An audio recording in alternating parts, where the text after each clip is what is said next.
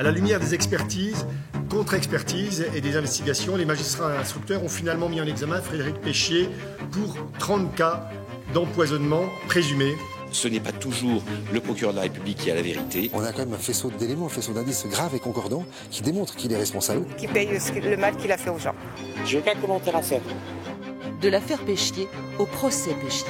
C'est le plus grand procès criminel de l'histoire qui touche le corps médical. 8 ans de procédure, 27 000 pages, 156 parties civiles, 58 avocats, 155 témoins.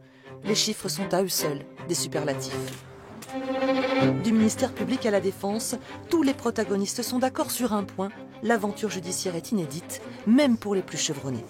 Si les avocats sont un peu habitués, les victimes ne le sont pas et vivent ce procès comme une douleur ajoutée. Ils sont dans le pays de l'ignorance.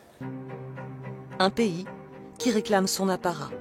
Un décor à la démesure du dossier, l'ancien Parlement de Franche-Comté installé par Louis XIV. Une imposante salle classée qui ne sert que rarement aux audiences solennelles notamment et nourrit l'imaginaire. Stendhal y fait comparaître l'orgueilleux Julien Sorel juste avant son exécution. Du romanesque au bien réel, sous ces 10 mètres de plafond, des siècles d'histoire écrasent l'humble justiciable. C'est un endroit où on n'a quasiment jamais vu de procès se tenir. Mais là, aujourd'hui, la justice se met en scène, mais les parties civiles comme les personnes qui sont convoquées là devant cette cour se mettent en scène, et comme les avocats se mettent en scène. Parce que je pense qu'on va avoir de grands effets de manche sous ce plafond. Estrade, chauffage, sonorisation, connexion, le Parlement s'est offert un toilettage d'urgence pour accueillir quelques 200 personnes, avocats et parties civiles en priorité bien sûr. 2 salles de retransmission sont également prévues, une pour le public, une pour la presse. Enfin, pour s'isoler, les victimes et leurs familles disposeront d'une salle de repos strictement interdite à toute personne extérieure.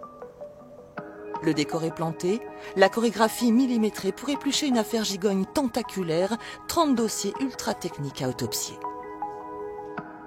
Il devrait y avoir des audiences programmées sur 4 jours avec un jour tampon qui serait très vraisemblablement le mercredi pour permettre, le cas échéant, soit de faire des pauses, soit permettre de reprendre des témoignages qu'on n'a pas eu le temps de faire dans les délais.